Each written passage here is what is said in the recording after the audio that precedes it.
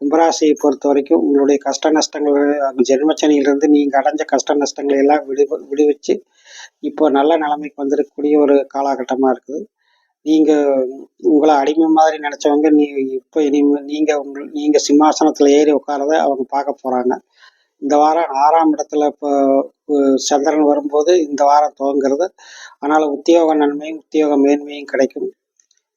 கடன்களை வீட்டு கடன், ஹவுசிங், வீட்டு கடன்கள், வேறு ஏதாவது வாகன கடன்கள் போன்றவை எதிர்பார்க்குறவங்களுக்கு கடன்கள் கிடைக்கக்கூடிய வாய்ப்பு உண்டு. வெளிநாடு வெளிமாநிலங்களுக்கு இப்போ வேலை தேடி செல்ல இருப்பவர்களுக்கு நல்ல பலன்கள், நல்ல தகவல்கள் இந்த வாரத்தில் கிடைக்கும். புதனுடைய அதாவது ஆயிலிய நட்சத்திரம், அதுபோக மகம் போன்ற நட்சத்திரங்கள் இருந்தால் கணவன் மனைவிக்கு இடையே இருந்த பிணக்குகள் நீங்கக்கூடிய வாரமாக இருக்குது.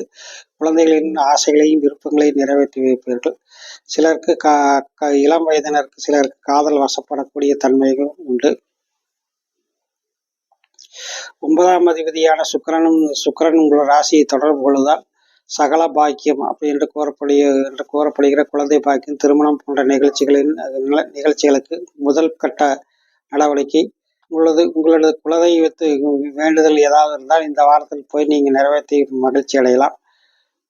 தாய் தகப்பனின் ஆதரவு மற்றும் பெற்றோர்களின் ஆதரவும், தாய் தகப்பனின் ஆதரவு மற்றும் உங்களுடைய அதிகாரிகளோட ஆதரவும் நன்றாகவே இருக்கும். பல புதிய ஐடியாக்களையும் புதிய யுக்திகளையும் நீங்கள் கையாளலாம். நீங்கள் கையாளக்கூடிய பல புதிய யுக்திகள் வெற்றி அடையக்கூடிய வாய்ப்புண்டு. ஏதேனும் எக்ஸாம் எழுதுகிறவங்க வேற ஏதாவது போட்டி பந்தயங்களில் ஈடுபடுறவங்களுக்கும் இந்த வாரம் நல்ல வாரமாக இருக்குது.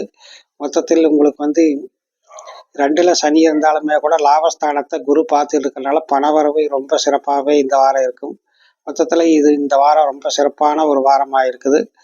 ஆனால் என்ன, உங்களுக்கு இந்த வாரத்தின் கடைசி 2 நாட்கள் சந்திராஷ்டமமாக அமையுது.